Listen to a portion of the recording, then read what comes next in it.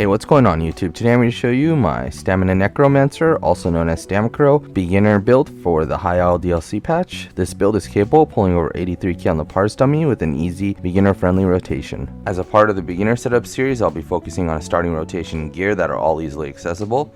This build is best suited for those who are interested in starting their group content journey, meaning this is not a leveling guide and assumes you have some sort of access to at least crafted gear at CP 160. For the sake of this theme and to be as new player friendly as possible, I'll be avoiding mythics, arena weapons, trial, or dungeon gear for the initial setup. Furthermore, the rotation for many classes will be simplified. The build specializes in normal group content such as trials, dungeons, and group arenas. This build works great in overland but is not specifically designed for it. Furthermore, I'll be going over some ideas and tips to further progress yourself into mid and end game. Although hybrid builds are some of the strongest builds right now, I'll be focusing on a more traditional setup that either focuses on magic or stamina. The reason is it's easier to focus on one resource than trying to manage two. With that being said, here we go. So starting off in the character sheet, I have 64 points into stamina and I'm running the Thief Mundus. So for this particular build, I am a Dark Elf. Other alternatives include Khajiit, Wood Elf, and maybe even Orc would be fine. So for food, we're going to be running Artaeum Takeaway Broth for content. Cheaper and almost just as good alternative would be Dubious Camera on Throne. And if you're parsing or need more sustain, then Lava Food Soup and Salt Rice is always the go-to. So for potions, we're just be using standard essence of weapon power. These are important for stamina DPS because they provide 3 essential buffs. These include Major Brutality, Major Savagery, and Major Endurance. Keep in mind though, these potions do cost a bit, so make sure you have 3 points in a medicinal use to also benefit from the full duration of the potions. So for CP, for the blue tree, we're going to be running Wrathful Strikes, Thaumaturge, Biting Aura, and Master at Arms. For the red tree, Bloody Renewal, Sustained by Suffering, Rejuvenation, and Balanced Vitality. So for gear, we're going to be running 5 pieces of Hunting Rage with 5 pieces of Order's Wrath and 2-piece Night Mother. So breaking it down, we have a Dagger of Hunting's Rage and Nirnhoned with a Flame Damage enchant in our main hand, a Charged with a Poison Damage enchant on our offhand. On the back bar, we have an Infused Greatsword with an increased weapon and spell damage enchant. For the head and shoulders, we're running 2 pieces of Night Mother, 1 in light, 1 in medium, both traded in Divines with max dam enchants. On the body, we have 5 pieces of Order's Wrath, all in medium, in Divines with all max dam enchants again. And for the jewelry, we have 3 pieces of Hunting's Rage jewelry, all bloodthirsty with weapon damage enchants. So for skills, we'll be running Blighted Blastbones, Detonating Siphon, Rending Slashes, Deadly Cloak, Avid Boneyard, and Flawless Dawnbreaker. On the back bar, Stampede, Carve, Barbed Trap, Skeletal Archer, Scalding Rune, and Ice Comet. So for the rotation, it's actually pretty simple. We're just going to be revolving it around our Blast Bones. So Blast Bones and then skill, and then Blast Bones, skill.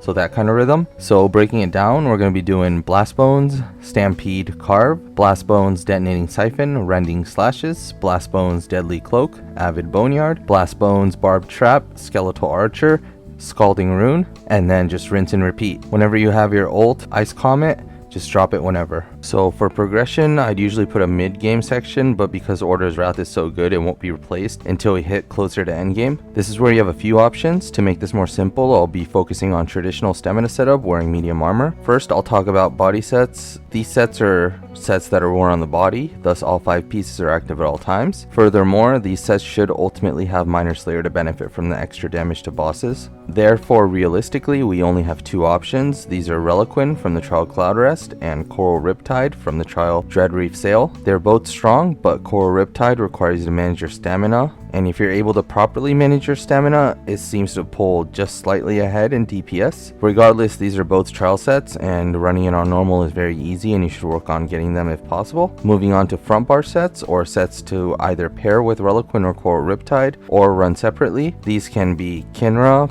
Pillar, Zovgan, Advancing Yokeda, or Whirl. Although from that list, I think Kinra is the best option, granted you can keep the stacks. Kinra comes from the dungeon Black Drake Villa, Pillar of Nirn comes from the dungeon Falkreath Hold, Advancing Yokeda comes from the trial Hellraw Citadel, and Zovgan comes from the dungeon Frostvault, and Whirl Depths comes from the new trial Dread Reef Sail. I'd also like to mention that Zomkin is unique in that it allows us to run a different skill instead of Trap, freeing up a bar slot. From here, you have the Mythic and Maelstrom Arena weapon route. For the Maelstrom Arena weapon, I'd recommend Greatsword, but Bow is a good alternative as well. Mythics is kind of a pain to get, but they are some of the strongest items in the game. In the case of Mythics, I'd go for One Piece Monster Helm Slime Crawl paired with Harpooner's Wading Kilt. Harpooner's is viable for most content, and for when it is, it's probably best in slot. A good alternative will be running Death Dealer's Fate. I'd also quickly like to mention that Oakensoul Ring is very viable for 1-bar builds. For Monster Helms, we have a few options that you can run instead of running a Mythic. These include Stormfist, Kyonar, and Maul of Inferno. So closing thoughts, first off, if you want to run Bow instead of two-hander on the back bar, that's perfectly fine. Just take out Stampede and Carve and replace it with Endless Hail and Poison Injection. So for class specific stuff, first off,